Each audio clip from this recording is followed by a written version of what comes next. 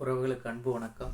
இன்றைக்கி பார்க்கக்கூடிய தலைப்பு என்னன்னு பார்த்தீங்க அப்படின்னா, நடக்க இருக்கக்கூடிய சட்டமன்ற தொகுதிக்கு வேட்பாளர்களை அண்ணன் செந்தமிழன் சீமான் அவர்கள் நாம் தமிழர் கட்சியின் சார்பாக அறிவிப்புகளை ஒவ்வொன்றாக வெளியிட உள்ளார். தற்போது ஒரு வேட்பாளரை அறிவித்துள்ளார். குறிப்பாக சொல்லணும் அப்படின்னா, இன்னும் சட்டமன்ற தேர்தல் நடக்க இருக்க இன்னும் ஓராண்டுகளுக்கு முன்பே இந்த வேட்பாளர் அறிவிப்பு ஏன் பண்ணுறாங்க அப்படின்றதுல ஒன்று நமக்கு தெளிவாக புரிஞ்சுக்கணும். எந்த கட்சியினுடைய கூட்டணி கிடையாது அப்படின்பது தெள்ள தெளிவாக புரிகிறது. பாரதிய ஜனதா கூடயோ, அனைத்து இந்திய அண்ணா திராவிட முன்னேற்ற கழகத்துக்குடையோ அல்லது விஜய் ஆரம்பித்துக்குள்ள கட்சியிலேயோ அண்ணன் சீமான் அவர்கள் கூட்டணி இல்லை என்பதை இந்த வேட்பாளர் அறிவிப்பு மூலம் உறுதியாகி உள்ளது. வேட்பாளர் அறிவிப்பு எப்படி இருப்பாங்கன்னு, இப்போ ஒரு கூட்டணியாக இருந்துச்சுன்னா அவங்களுக்கு தொகுதி பங்கீடு என்னென்னு பங்கிட்டுட்டு அதுக்கப்புறம் தான் அவங்க வேட்பாளர்களை ஒவ்வொரு கட்சிக்கும் அந்த கூட்டணி உள்ள கட்சி எந்தெந்த தொகுதின்னு வரையறை செய்து அவங்க வெளியிடுவாங்க. அதுக்கு முன்பு அண்ணன் சீமான் அவர்கள் கட்சிக்கான தேர்தலுக்கான வேட்பாளரை அறிவிக்கும் போது எந்த கட்சியினுடன் கூட்டணி என்பது தெள்ள தெளிவாகிறது.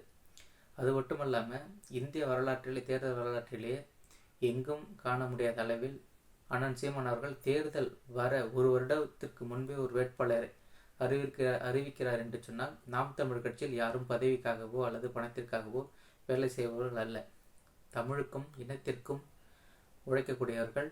அவர்கள் யாரை வேட்பாளராக நிறுத்தினாலும் அவர்களுக்கு உழைத்து வெற்றியை பெற்று தரக்கூடியவர்கள். அந்த வகையில் அண்ணன் சீமான் அவர்கள் வேதாரண்யம் சட்டமன்ற தொகுதிக்கு மதிப்புக்குரிய அண்ணன் மாநில இளைஞர் பாசறை ஒருங்கிணைப்பாளர் இடும்பவனன் கார்த்தி அவர்களை வேதாரண்யம் தொகுதி சட்டமன்றத்திற்கு வேட்பாளராக அறிவித்துள்ளார்.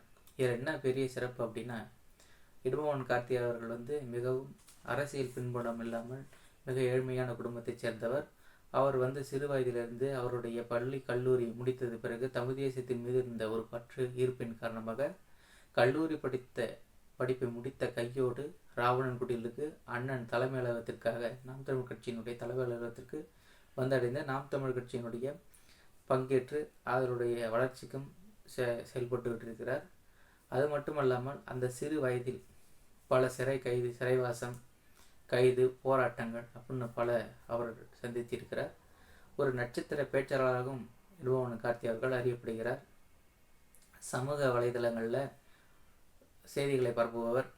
ஒரு நிகழ்ச்சியில் பங்கேற்று விவாதங்களை மேற்கொள்வர். அந்த விவாதங்களில் எப்படி அப்படின்னா, எதிர்த்தரப்பினுடைய மூக்க அறுபடும் வகையில் தகுந்த தகவலோட, எதுவுமே ஒரு மணி இல்லாமல் சும்மா ஒரு வாய் பேச்சுக்குன்னு பேசாமல் தகுந்த ஆதாரங்களை வைத்துக்கொண்டு எதிர்த்தரப்புக்கு பதில் வாதங்களை வைக்கக்கூடியவர்.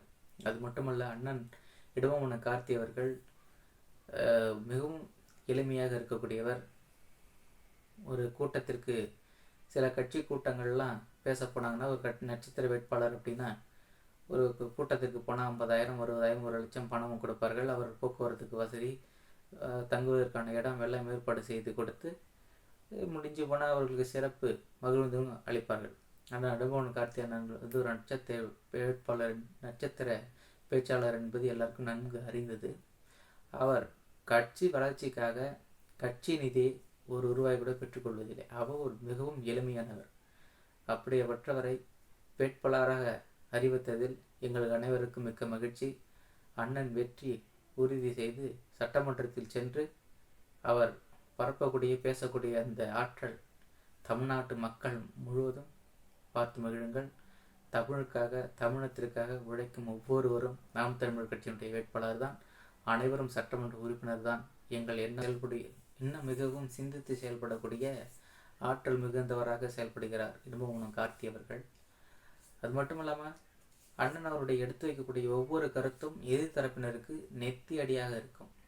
குறிப்பாக நாம் தமிழர் பிஜேபியினுடைய பீட்டும் என்று சொல்வார். அதற்கான ஒரு புத்தகமே எழுதி வெளியிட்டிருக்கிறார். யார் பிஜேபியினுடைய பீட்டும் என்று சொல்லி, கொத்தடிமையாக நாங்கள் இருக்க மாட்டோம் என்று அவர் பலமுறை உறக்க சொல்லியிருக்கிறார். தமிழ் தேசியத்தை காக்க, தமிழனை காக்க, தமிழ்நாட்டை காக்க நாம் தமிழர் கட்சிக்கு அனைவரும் தவறாது வாக்கு செலுத்துங்கள். வாழ்க தமிழ், வளரணும் தமிழர்.